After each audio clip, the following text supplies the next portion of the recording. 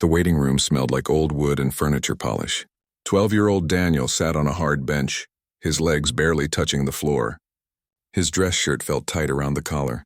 Mom had bought it from the thrift store last week, and it was a size too small. But it was the best they could afford. Through the thick wooden doors, he could hear piano music. Someone was playing Chopin, he thought. The notes were perfect, clean like water running over smooth stones. Daniel's stomach twisted into knots. His mother squeezed his hand. Her palms were rough from her cleaning jobs, but her touch was gentle. "You'll do great," she whispered. But Daniel could see the worry in her eyes. She'd worked double shifts for 3 months to save up the audition fee. $85. To her, that was a fortune. To the families around them in the waiting room, it was probably pocket change. A girl about his age sat across from them, wearing a velvet dress that probably cost more than their monthly rent. Her mother was showing her something on an expensive tablet. They were speaking in hushed tones about conservatories and summer programs in Europe. Daniel had never been on an airplane. He'd barely left his neighborhood. The doors opened. A boy walked out, his head held high. His parents rushed to him, all smiles. "How did it go?" his father asked. "I think I nailed it," the boy said confidently. Daniel's heart sank a little lower. Everyone here seemed so sure of themselves. So polished.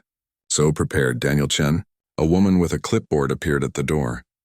Her voice was crisp, professional, like she'd called 1,000 names before his. Daniel stood up. His legs felt wobbly. Mom gave him one last squeeze. "Remember," she said softly, "just play like you do at home." Home. The community center basement with the broken keyboard missing 6 keys. The place where he'd taught himself to play, sitting for hours after school while Mom finished her evening shift at the hospital. That cramped little room was more familiar to him than anywhere else in the world. He followed the woman down a long hallway. His shoes squeaked on the polished floor. Everything here was so clean, so expensive looking. Crystal chandeliers hung from the ceiling. Portraits of famous musicians lined the walls, all of them looking stern and important. "Wait here," the woman said, leaving him at another door. This one was even bigger, made of dark mahogany with brass handles. Daniel stood there alone. He could hear voices inside. Low murmurs. Then laughter. His hands started to sweat. The door opened. "Come in," someone called. The room was huge. Floor-to-ceiling windows let in the gray winter light. And there, in the center like a beautiful black beast, sat a grand piano. Not like the keyboard at the community center. This was a real Steinway, the kind he'd only seen in videos online. 4 people sat behind a long table. 3 of them looked tired, bored even. They'd probably been sitting there all day listening to kid after kid play. But the man in the middle, he was different.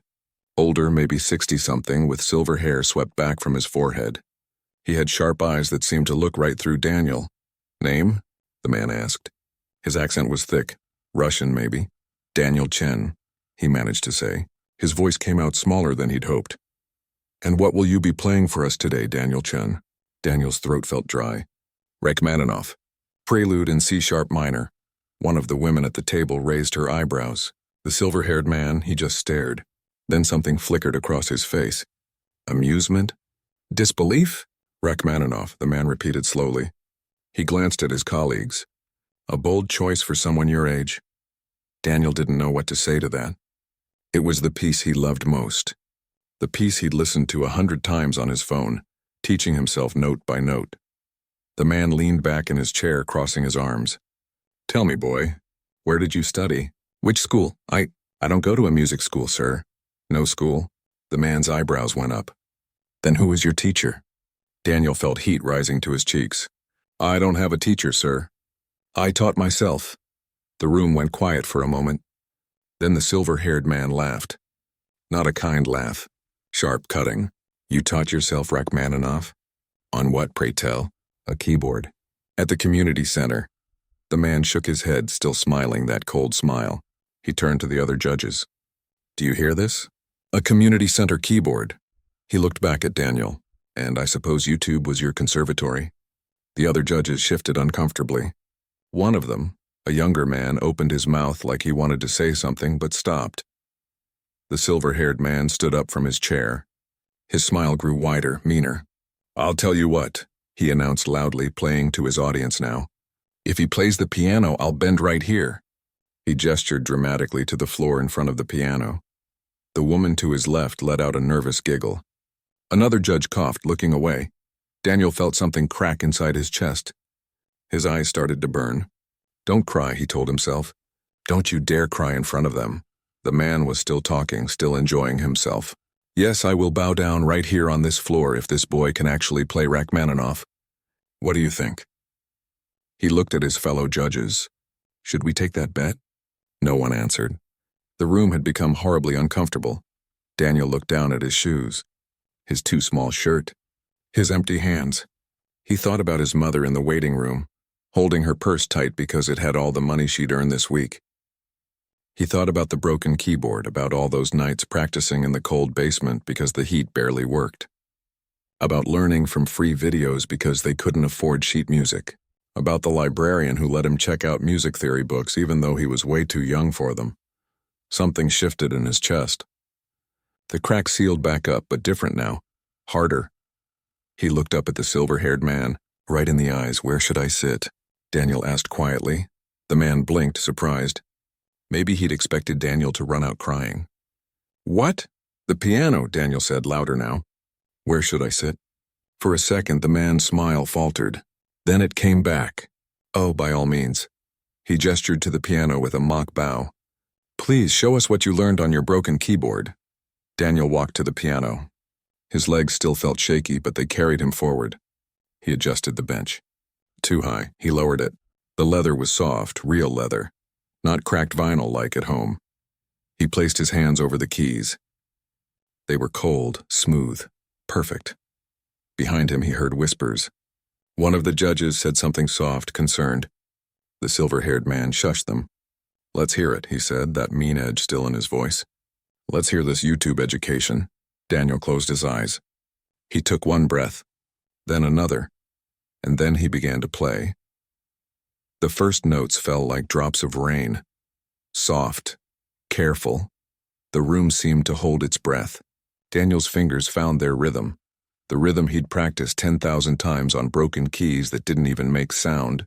His hands knew this piece like they knew his own heartbeat. The music began to swell. The notes filled every corner of that enormous room. Daniel's fingers moved across the keys like they had a mind of their own. Years of practice, all those lonely hours in the basement, they all came flooding through his hands. Rachmaninoff's Prelude wasn't just notes on a page. It was a story, a feeling. And Daniel had lived with this piece so long that he knew every emotion it carried. The sadness, the power, the moments where everything felt like it might fall apart, and then somehow came back together stronger. He could feel the difference between this piano and his old keyboard. Every key responded perfectly. The sound was rich, full, like the difference between speaking and singing. His hands flew faster, pressing into the dramatic middle section where the music crashed like thunder. Behind him, the room had gone completely silent. The silver-haired director's smile had disappeared. His arms uncrossed slowly. He leaned forward in his chair, his eyes fixed on Daniel's hands. The woman judge who'd giggled earlier sat frozen, her pen hovering over her notepad.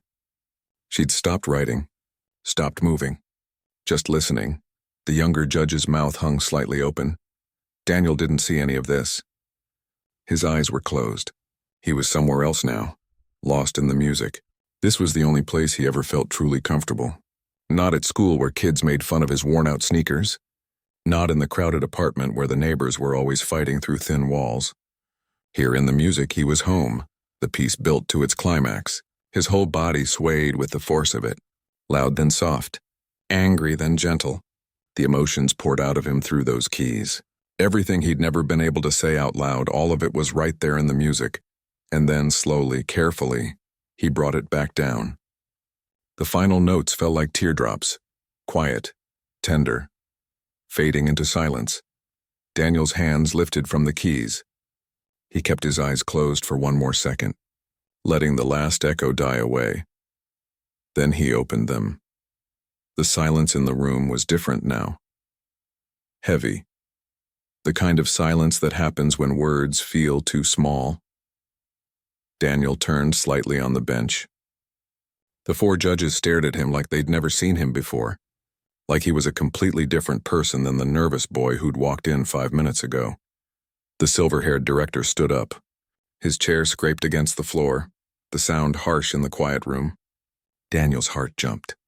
Was he angry? Had Daniel done something wrong? But the man wasn't looking angry. He looked stunned. His face had gone pale. He walked around the table, his footsteps slow, deliberate. He came closer to the piano, closer to Daniel, and then, just like he'd promised, he bent forward. A real bow, deep and respectful, the kind of bow you give to someone you truly admire. Daniel blinked. He didn't understand what was happening. The other judges started clapping. Not polite audition clapping. Real applause. The woman was wiping her eyes. The younger man stood up too, clapping harder. The director straightened up. He was looking at Daniel differently now. All the mockery was gone from his face. In its place was something else, respect, maybe even wonder. Who taught you to play like this? His voice was quiet now. No more sharp edges, Daniel swallowed. I told you, sir. Nobody taught me. I learned by myself. That's impossible. But the director said it gently, like he was talking to himself. The technique, the emotion, you can't learn that from videos. I watched a lot of videos, Daniel said, and I practiced. Every day, sometimes for hours. Hours on a broken keyboard? The woman judge leaned forward. Her voice was kind. How many keys were broken? 6, Daniel admitted. But I memorized which ones they were. I could still practice the finger movements. I just had to imagine the sounds in my head. The younger judge shook his head in disbelief. That's remarkable. I've never heard of anyone doing that. The director pulled a chair closer to the piano and sat down. He studied Daniel's face like he was trying to solve a puzzle. Why Rachmaninoff? Why this piece? Daniel thought about it. Nobody had ever really asked him that before. I heard it once, in a movie, and it made me feel something like... He struggled to find the words, like it understood something I couldn't explain. Something heavy and sad and beautiful all at once. The director nodded slowly. Yes, he said softly. That's exactly what it is. He was quiet for a moment. How old were you when you started playing? 7, maybe 8. And your parents? They're musicians? Daniel almost laughed. No, sir. My mom cleans houses and works at a hospital. My dad, he stopped. He didn't like talking about his dad. It's just me and my mom. The director's expression changed. Something in his eyes softened even more. I see.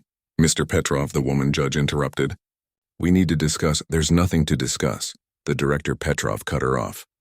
His voice was firm now, but not mean, decided. He's in. Full scholarship. Room and board if needed. Daniel's mind went blank. Did he hear that right? Scholarship. But we have procedures, the younger judge said. We need to review all the candidates. I've been teaching for 40 years, Petrov said, standing up. I know what I'm hearing. This boy has something you can't teach, something rare. He looked at Daniel. You need proper training. Your technique has gaps. Your posture could be better. But your gift, he shook his head. I've heard students who've trained since they were 3 years old. They play perfectly and feel nothing. You play imperfectly and feel everything. Do you understand what I'm saying? Daniel wasn't sure he did. His heart was beating so fast. Can you start next month? Petrov asked. We begin the spring semester in 4 weeks. I need to ask my mom, of course. Bring her in. Let's talk to her now. They called his mother in from the waiting room. Daniel watched her face as Petrov explained everything. The scholarship. The training. How Daniel would study with the best teachers in the country. Her eyes filled with tears and she kept looking at Daniel like she couldn't believe it. Is this real? She whispered to Daniel. Did this really just happen? Daniel nodded. He felt like he was floating, but Petrov wasn't done. He turned to Daniel with a serious expression. I need to be honest with you. This won't be easy. You'll be studying with children who've had private tutors since they could walk. You'll be behind in music theory, reading sheet music, understanding composition. You have the soul of a musician, but you're missing the foundation. I'll work hard, Daniel said quickly. I'll catch up. I promise. Petrov studied him for a long moment. Then something flickered across his face. A memory, maybe. Something painful and old. Yes, he said quietly. I believe you will. As they left the audition hall, Daniel's mother held his hand tight. She was crying and laughing at the same time. "I knew it," she kept saying. "I knew you were special. I knew it." Daniel looked back at the building one last time. Through the window, he could see Petrov still standing there, watching them leave. The old man raised his hand in a small wave. Daniel waved back. He didn't know it then, but everything was about to change. The broken keyboard in the basement, the hours of teaching himself, the mockery that had nearly broken him. It had all led to this moment. Sometimes the hardest journeys start with someone trying to break you, and sometimes you play anyway. 3 years changed everything. Daniel was 15 now, taller but still thin. He walked through the marble hallways of the academy like he belonged there. But some days deep down, he still felt like that nervous 12-year-old in the too small shirt. The academy was everything he'd dreamed of, and nothing like he'd expected. The practice rooms had perfect acoustics. The pianos were tuned weekly. Teachers who'd performed at Carnegie Hall taught his classes. It should have been perfect, but it wasn't. "Again," Petrov said from his chair in the corner. His voice was tired. "From measure 43. And this time, watch your left hand." "You're rushing." Daniel started again. His fingers found the keys, but something was off. He could feel it. The music that used to flow so naturally now felt forced, calculated, like he was thinking too much about every note. He made it through the measure, then another. Then his fingers stumbled. Wrong note. He stopped, frustrated. "I'm sorry," he said. "Can I start over?" Petrov didn't answer right away. He sat there, his fingers pressed together, staring at nothing. Finally, he spoke. "What happened to you?" What do you mean? "You know exactly what I mean." Petrov stood up and walked to the piano. "When you auditioned, you played with your whole heart. Now you play with your head. You're thinking about technique, about theory, about what I taught you last week, but you've forgotten how to feel." Daniel stared at the keys. Petrov was right, he knew it. But he didn't know how to fix it. The truth was, everything had become complicated. In the beginning, it was simple. He loved music. He played, that was it. But now there were expectations, rules, standards, everyone watching to see if the self-taught kid could really make it. "I'm trying," Daniel said quietly. "I'm trying to get better." "Better?" Petrov's voice rose slightly. "You think this is about better? You were already extraordinary. I brought you here to refine your gift, not to destroy it." The words hit Daniel hard. Destroy it. Was that what was happening? Petrov sat down heavily, suddenly looking every bit of his 65 years. "Let me tell you something I should have told you a long time ago." He was quiet for a moment, gathering his thoughts. "When I was young, younger than you, I came from a small village in Russia. My family had nothing. My father worked in a factory. My mother took in washing." Daniel had never heard Petrov talk about his past. The old man never shared personal stories. "I taught myself piano on an old upright in the village church," Petrov continued. "The priest let me practice there after services. I learned by ear, just like you, and I was good, very good. Good enough that someone heard me and got me into a conservatory in Moscow." Petrov's eyes grew distant, remembering. "I thought I'd made it. But at the conservatory, I met students who'd studied since they were babies. Their parents were musicians, composers, conductors. They spoke about music like it was mathematics. They knew every rule, every technique. And he paused. I felt like a fraud, an imposter." Daniel leaned forward. This was his story too. "So I worked harder than everyone else," Petrov said. "I memorized every rule. I practiced until my fingers bled. I stopped playing what I felt and started playing what I thought they wanted to hear. And you know what happened?" "What?" "I became good. Very good, technically. Perfect, even. But I lost something. The thing that made me special in the first place." Petrov looked at Daniel. "The thing that made that priest stop and listen when I played in his empty church. I traded my soul for their approval. The practice room felt very small suddenly, very quiet." "Is that why you stopped performing?" Daniel asked. He'd heard rumors that Petrov had once been a concert pianist but gave it up. Petrov nodded. "I performed for 10 years. Important venues. Good reviews. But I hated every moment. Because I knew I was playing a lie. It took me 20 more years to understand what I'd lost. And by then," he trailed off. "By then it was too late to get it back." Daniel didn't know what to say. He'd never seen Petrov like this. Vulnerable, regretful. That's why I laughed at you that day, Petrov said. At your audition. When you said you taught yourself, I saw myself. And I think I was jealous. Here was this boy with this pure gift, and I'd spent 40 years teaching students who had every advantage, but no soul. It made me angry. But you gave me the scholarship, Daniel said, because when you played, I heard what I used to sound like, before I ruined it. Petrov stood up and put his hand on Daniel's shoulder. Don't make my mistake. Don't let this place, don't let me, turn you into something you're not. But it was too late for that advice. Daniel was already changing. He felt it every day. At the academy, he didn't fit in. The other students came from a different world. They talked about summer homes and ski trips and private concerts. Their parents donated to the school. Their last names were on buildings. One student, a girl named Victoria, she was the worst. Technically brilliant, practiced 6 hours a day and never let Daniel forget that he didn't belong. I heard you messed up again in Petrov's class, she said one day in the hallway. Other students were around listening. Must be hard trying to compete when you're starting so far behind. I'm not competing with anyone, Daniel said. Right. Victoria smiled, but it wasn't friendly. You just happened to get a full scholarship because you played one good audition. Some of us have been training our whole lives. Daniel wanted to say something back, but what could he say? She was right. They had trained their whole lives. They knew things he didn't. They belonged here in a way he never would. That night, alone in his dorm room, Daniel sat at the small electric keyboard the academy had given him. He put his fingers on the keys but couldn't make himself play. Every time he tried, he heard criticism in his head. Wrong posture, weak left hand, sloppy pedaling, all the things his teachers had pointed out over 3 years. His phone buzzed. A message from his mom. How's my star doing? Star. He didn't feel like a star. He felt like an imposter who was about to be found out. He texted back, good, tired, love you. The next week, there was a student recital. Everyone had to perform. Daniel chose a Beethoven sonata, safe, technical, the kind of piece that would show he'd learned proper technique. He played it perfectly, every note correct, perfect tempo, perfect dynamics. When he finished, there was polite applause. Petrov found him afterward. The old man looked disappointed.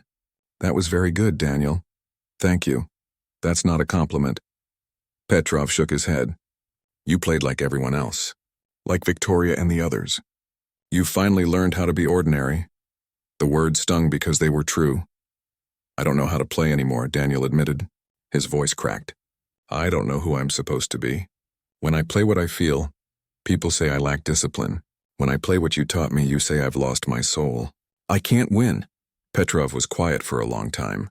Then he said, come to my office tomorrow, after classes. I need to show you something. That night, Daniel lay awake wondering what Petrov wanted to show him, wondering if maybe he'd made a mistake coming here, wondering if that boy in the audition room, the one who played without fear, was gone forever.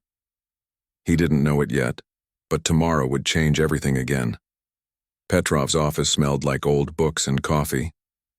Daniel had been inside a few times before, but he'd never really looked around.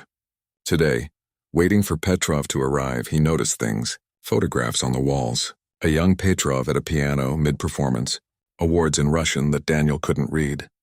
And in the corner, covered with a cloth, something large. The door opened. Petrov walked in carrying 2 cups of tea. He handed one to Daniel and sat down with a heavy sigh. I want to tell you about the worst performance of my life, Petrov said. No greeting, no small talk. Just straight to the point. Daniel held his tea, waiting. I was 22. Moscow Conservatory had entered me in an international competition. Everyone said I would win easily. I'd been training for months. My technique was flawless. Petrov stared into his cup. I got on stage in front of 2,000 people. And I froze. You froze? Completely. I sat at that piano and suddenly couldn't remember a single note. Not one. I'd practiced that piece 1,000 times, but in that moment my mind went blank. Petrov looked up at Daniel. Do you know why? Daniel shook his head. Because I was so busy trying to play it perfectly that I forgot why I was playing at all. I was thinking about the judges, the audience, my teachers watching, what people would say if I made a mistake. I wasn't thinking about the music. What did you do? I walked off stage. Didn't play a single note. The judges disqualified me. My teachers were furious. Some said I'd embarrassed the conservatory. Petrov smiled sadly. That was the beginning of the end of my performing career. I lost my confidence. And I never got it back. Daniel felt his chest tighten. Why are you telling me this? Petrov stood up and walked to the covered object in the corner. He pulled off the cloth. Underneath was an old upright piano, scratched and worn. Some of the keys were chipped. This is the piano from that church, where I learned to play. Petrov ran his hand over it gently. I had it shipped here 20 years ago. I keep it as a reminder. A reminder of what? Of what music felt like before I ruined it. Petrov turned to Daniel. Play something on this piano. Not what I taught you. Not what you think you should play. Play what you feel. Right now, in this moment. Daniel set down his tea and walked to the old piano. He sat on the bench. It wobbled slightly. The keys were yellowed with age. He pressed one. The sound was tinny, out of tune, nothing like the perfect Steinways in the practice rooms.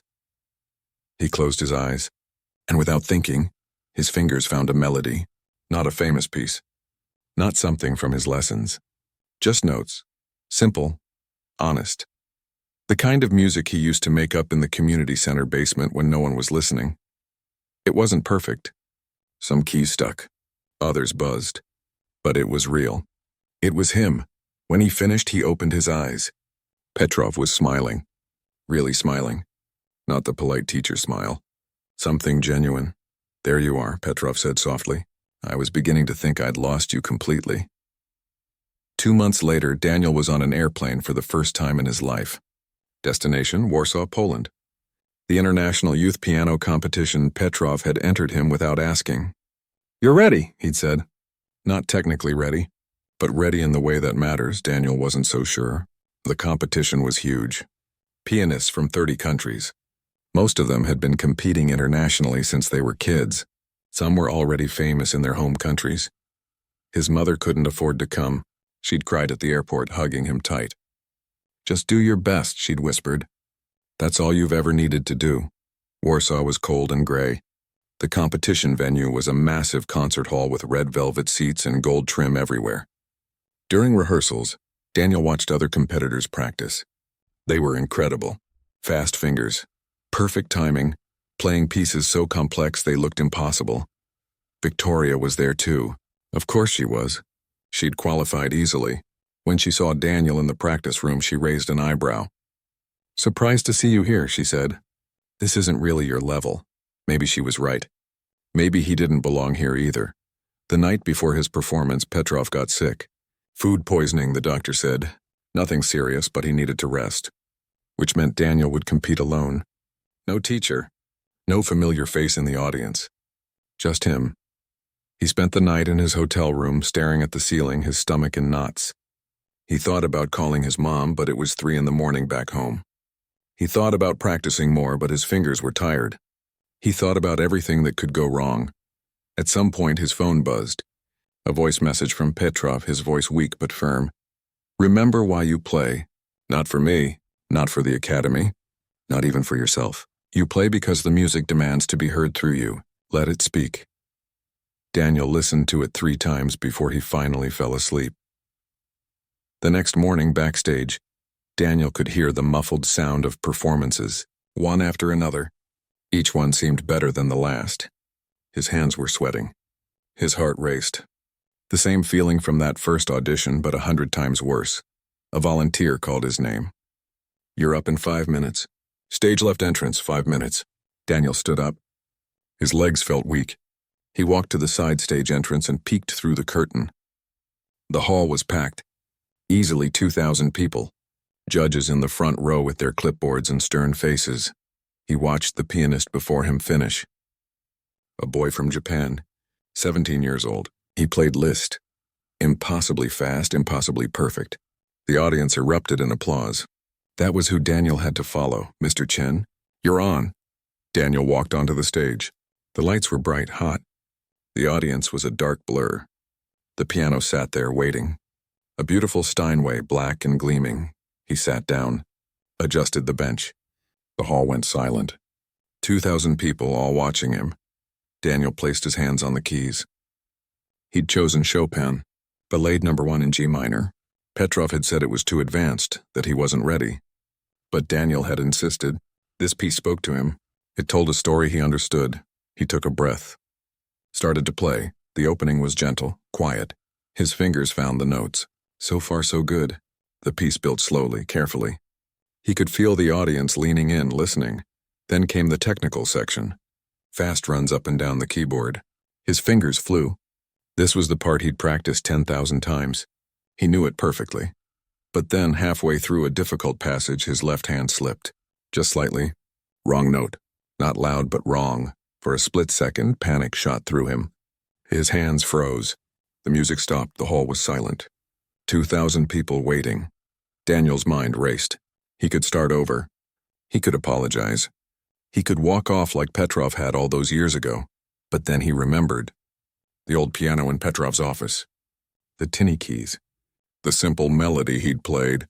Not perfect, just real. He took a breath, and instead of starting over, instead of pretending the mistake didn't happen, he kept going. He let the mistake become part of the story. He played into the emotion of that moment. The uncertainty, the fear, the recovery, the music swelled. His whole body moved with it. He wasn't thinking about technique anymore. He wasn't thinking about the judges or Victoria or what anyone would say. He was just playing, feeling, living inside the music. The piece built to its climax. Loud, powerful, then soft again, tender. The final notes fell like rain, silence, then applause. Not polite applause, real applause. Some people stood up. Daniel stood and bowed. His legs shook. His hands trembled. But inside something felt different. Lighter. Like a weight had lifted. He'd made a mistake. Everyone heard it.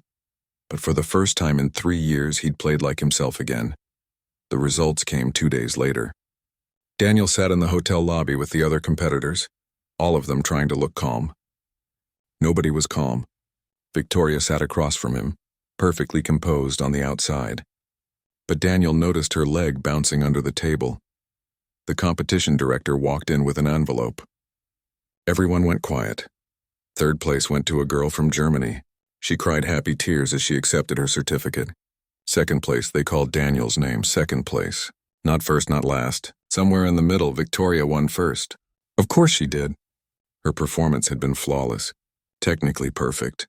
Every note exactly where it should be. The judges loved it. When they called her name, she smiled that same cool smile and walked up like she'd expected it all along. Daniel clapped for her. He meant it. She'd earned it. But something strange happened after the ceremony. People kept coming up to Daniel. Not Victoria. Him, an older woman, one of the judges, approached him with kind eyes. "Your performance moved me to tears," she said in accented English. "I've been judging competitions for 20 years. I've heard thousands of perfect performances. But yours? Yours I'll remember. A famous concert pianist from France found him at the reception. You made a mistake in the third section," the man said. Daniel's heart sank. "And you did something very brave. You didn't hide from it. You used it. That's artistry, young man. That's rare." More people came. Critics, teachers, musicians. They all said similar things. Memorable, moving, honest. Words Daniel had never associated with himself before. Victoria left early, her parents flanking her like bodyguards. She didn't say goodbye to anyone. On the flight home, Daniel stared out the window at the clouds below. Second place. Part of him felt disappointed. He'd wanted to win, to prove he belonged, to show everyone at the academy that the self-taught kid could compete with the best. But another part of him, a bigger part, felt something else. Peace, maybe. Or freedom. He'd played his truth up there. He'd made a mistake and kept going. And people had felt something. That mattered more than a trophy. Petrov met him at the airport, looking healthier but still tired. He took one look at Daniel's face and smiled. Second place. "How did you know?" "Because you look happy. If you'd won, you'd look stressed."